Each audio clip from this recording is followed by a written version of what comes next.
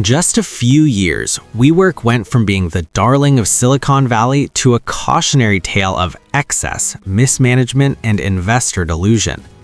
This is the story of how a company that was once valued at nearly $47 billion completely collapsed, losing 99% of its value and taking billions of investor dollars down with it. It started in 2010 with a simple idea. Adam Neumann and Miguel McKelvey founded WeWork with a mission to revolutionize how people work.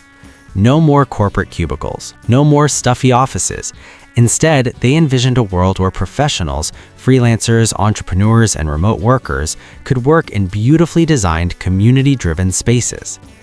The concept was appealing. Shared offices meant lower overhead. Millennials and Gen Z workers loved the idea of collaborative spaces.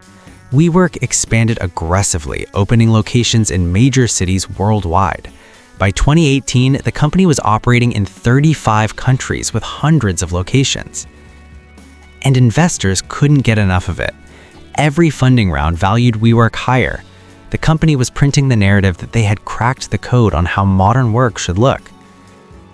By 2019, WeWork was the fastest growing startup in the world.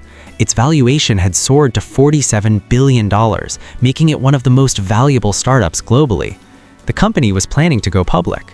SoftBank, the massive Japanese conglomerate, had become its biggest backer, investing over $10 billion. But here's where things get interesting. While the narrative painted WeWork as this innovative disruptor, the underlying business model was fundamentally flawed. WeWork was losing money at a staggering rate.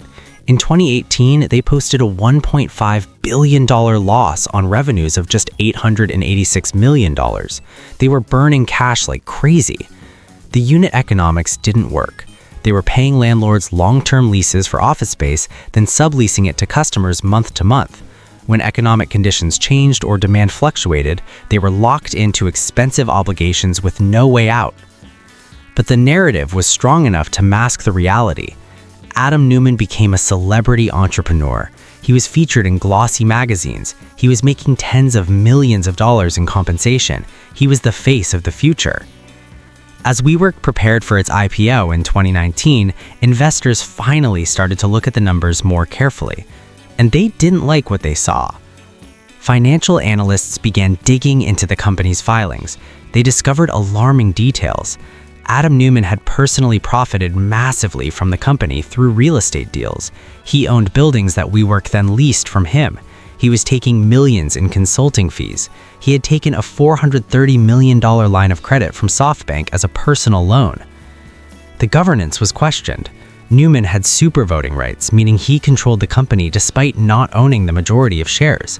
There were lavish spending habits. Reports emerged of extravagant parties, private flights, and executive excess.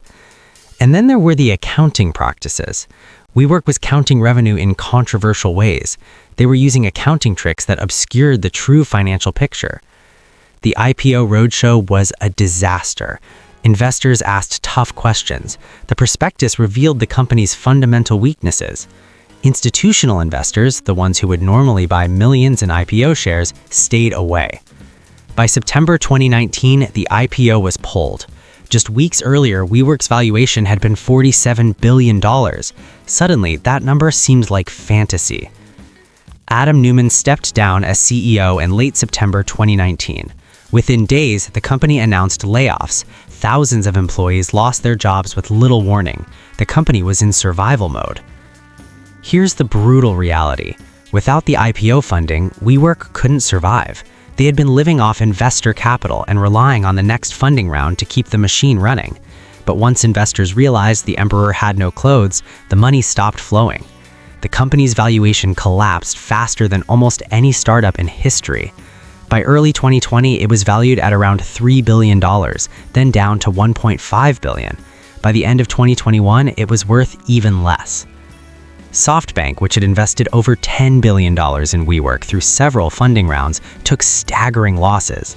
The Japanese conglomerate eventually spent additional billions trying to keep WeWork alive, taking a controlling stake and restructuring the company just to avoid a complete meltdown. Employees who had stock options found them virtually worthless. Early investors lost fortunes. Landlords across the globe had to deal with WeWork breaking or defaulting on leases. So how did it happen? How did a company with such strong branding and such a compelling narrative fail so spectacularly? First, the business model was broken. Real estate arbitrage, leasing buildings long-term and subleasing short-term, doesn't scale profitably when your customers can lease directly from landlords at competitive rates. It's not a technology business, it's a real estate business with a technology veneer. Second, there was a culture of hype over substance. WeWork raised capital based on narrative rather than fundamentals. They talked about community and culture, but the actual business was about renting desk space. There's no innovation there. Third, venture capital and late-stage investors got caught up in the hype cycle. They invested massive amounts without rigorously questioning the business model. When everyone is saying a company is the future, rational analysis takes a backseat. Fourth, governance failed. Adam Neumann had too much power and too many personal financial interests conflicting with the company's interests. There were no adequate checks and balances. And finally, COVID-19 delivered the final blow. In early 2020, lockdowns sent offices empty and the demand for shared office space evaporated overnight. Remote work accelerated. The entire premise of WeWork has become questionable.